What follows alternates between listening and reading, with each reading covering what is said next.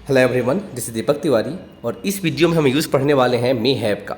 But before I start the video, हमेशा की तरह मैं आपसे 3 सवाल पूछना चाहूँगा। जैसे पहला है, आपको ठीक से कोशिश करना चाहिए था। दूसरा है, मैं कुछ बताना चाह रहा था।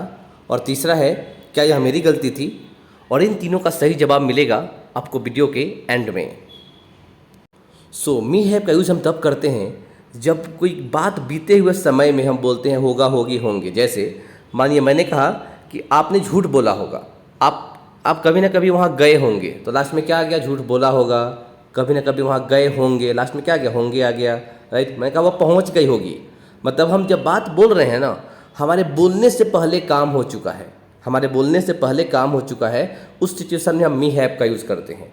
जैसे इसमें जो सब्जेक्ट है हम और यूज़ करेंगे, तो सब्जेक्ट में आपको कन्फ्यूज़न नहीं होनी चाहिए। सब्जेक्ट फिर भी मैं पहले आपको एक बार दिखा देता हूँ।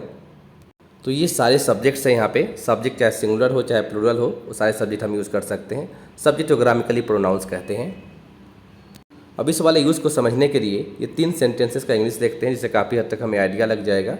जैसे पहला वाला है कि आपने गलती किया होगा। ये कब बोल रहे हैं? बीते हुए समय की बात है। मैंने कहा आपने गलती किया होगा, तो बोलेंगे you may have made mistake. आपने गलती किया होगा। सेकेंड है, उसने ठीक से नहीं देखा होगा, तो बोलेंगे he may not have seen properly. और थर्ड है, क्या वे लोग आ गए होंगे, तो बोलेंगे मे दे हैव कम। क्या वे लोग आ गए होंगे? तो ये हम बात बोले लास्ट में होंगे, होगा, कुछ ऐसा आ रहा है या होगा, लेकिन बात कब है? बीते हुए समय की है। आप इसे समझेंगे अगर वीडियो को दोबारा सुन के, तो डेफिनेटली समझ में आ जाएगा। अब हम देखते हैं सेंटेंस को सीरीज में 1 बाय 1। जैसा कि आप जानते हैं, सेंटेंसेस 2 तरीके से होती है, या तो सवाल करने के लिए या फिर जवाब देने के लिए। तो जवाब देने के 2 तरीके होते हैं, या तो अफर्मेटिव हाँ वाला या फिर नहीं वाला, सेकंड वन क्या वाला।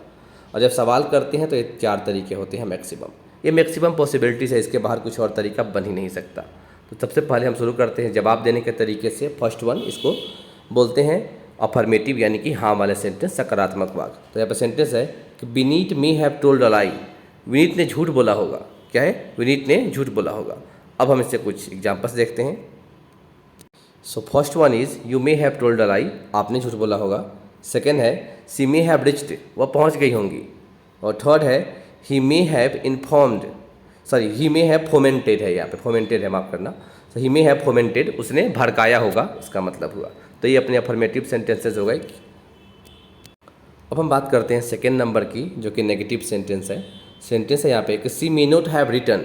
उन्होंने लिखा नहीं होगा। ध्यान रखना, मे नोट का कभी भी शॉर्ट फॉर्म नहीं बनता है। जैसे होता है ना कि डू नोट का डोंट बोल देते हैं, डज नोट को डजेंट बोल देते हैं। ऐसे मे नोट का कोई शॉर्ट फॉर्म नहीं बनता है। मे नोट बिल्कुल अलग अलग होता है। तो यहाँ पे क्या है कि सी मे नोट हैव रिटन, उन्होंने नहीं लिखा होगा। राइट, बीते हुए समय की बात कर रहे हैं, उन्होंने लिखा नहीं होगा। अब कुछ एग्जाम्पल्स देखते हैं इसके। फर्स्ट वन है you may not have tried. आपने कोशिश नहीं की होगी। सेकेंड है you may not have listened. आपने सुना नहीं होगा। और थर्ड है प्रियंका मे नॉट हैव गॉट। प्रियंका को नहीं मिला होगा या प्रियंका नहीं पाई होंगी, लाइक दिस। या प्रियंका को समझ में नहीं आया होगा, ये भी हो सकता है। इसका मतलब हो सकता है कि प्रियंका मे नॉट हैव गॉट, प्रियंका को समझ में नहीं आया होगा, ये भी हो सकता है इसका मतलब। अब हम देखते हैं इंट्रागेटिव सेंटेंसेस नेगेटिव के बाद। सो थर्ड नंबर है इंट्रागेटिव सेंटेंस है कि मे ही हैव कॉल्ड। क्या उसने कॉल किया होगा? क्या है? मे ही हैव कॉल्ड, क्या उसने कॉल किया होगा? अब कुछ एग्जाम्पल्स देखते हैं इसके। First one is may she have eaten. May she have eaten, क्या उन्होंने खा लिया होगा? सेकेंड है may Modi ji have talked to them. क्या मोदी जी ने उन लोगों से बात किया होगा? और थर्ड है मे नीमा हैव सीन अस। क्या नीमा ने हम लोगों को देखा होगा? तो ये हो गए यहाँ पे इंट्रागेटिव सेंटेंसेस। आगे देखते हैं। अगला है फोर्थ वन, सेंटेंस है मे ही नोट हैव वर्कड। क्या उन्होंने काम नहीं किया होगा? मे ही नोट हैव वर्कड, क्या उन्होंने काम नहीं किया होगा? अब कुछ एग्जाम्पल्स देखते हैं इसके। पहला वाला है कि मे ही नोट हैव स्पोकन। क्या उन्होंने बोला नहीं होगा? सेकेंड है मे धनंजय नोट हैव आस्क्ड। क्या धनंजय ने पूछा नहीं होगा? अगला है मे ही नोट हैव हेल्प्ड। क्या उसने हेल्प नहीं की होगी? तो ये हो गए अपने नेगेटिव विथ इंट्रागेटिव सेंटेंसेस। आगे देखते हैं। अगला है फिफ्थ नंबर सेंटेंस है कि where may he have noticed. Where may he have noticed, यहाँ पे एम का कोई मतलब नहीं है। उसने कहाँ पे नोटिस किया होगा? क्या है ये कि where may he have notice, उसने कहाँ पे नोटिस किया होगा? अब कुछ एग्जाम्पल्स देखते हैं इसके। पहला है till where may Tannu have gone, Tannu कहाँ तक गई होगी। सेकेंड है with whom may she have played, वह किसके साथ खेली होगी। और अगला है कि when may he have slept, वह कब सोया होगा, लाइक दिस। तो ये हो गए अपने WH वर्ड के साथ इंटरोगेटिव। अब है 6th लास्ट वन टाइप यहाँ पे है कि why may Priyanshu not have done so, यहाँ पे नोट आएगा, एक बार इसे एडिट कर ही देता हूँ मैं।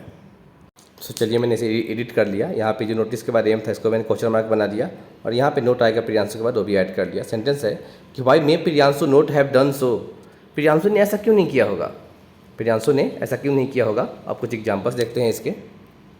सो यहाँ पे पहला है कि why may Saurav not have spoken, Saurav ने क्यों नहीं बोला होगा। सेकेंड है कि why may Sushma not have mopped, Sushma ने पोछा क्यों नहीं लगाया होगा। और थर्ड है कि why may they not have eaten, उन लोगों ने खाना क्यों नहीं खाया होगा। अब देखते हैं अपने हम क्वेश्चंस के जवाब। जैसे पहला है कि आपको ठीक से कोशिश करना चाहिए था, तो बोलेंगे you should have tried properly. Second है कि मैं कुछ बताना चाह रहा था मैं ING फॉर्म नहीं आएगा, बोलेंगे I wanted to tell something, इस तरह से होगा। और थर्ड है क्या यह मेरी गलती थी, तो बोलेंगे was it my fault, it की जगह पे आप दिस का भी यूज़ कर सकते हैं, वाज दिस माई फॉल्ट, इस तरह से इससे बोल सकते हैं। तो चलिए मैं वीडियो यहाँ ख़त्म करता हूँ, मिलते हैं नेक्स्ट वीडियो में। Till there bye bye and take care.